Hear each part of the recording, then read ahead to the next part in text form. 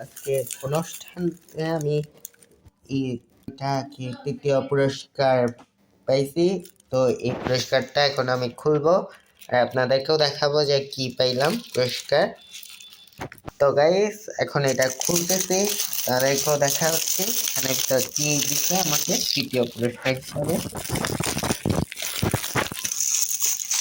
টাকা আগে খুলে নিই এরপর। তো গাইস আমাকে স্কুল থেকে তৃতীয় পুরস্কার হিসাবে রং দেওয়া হয়েছে ছোট ছোট, আর এটা তৃতীয় পুরস্কার।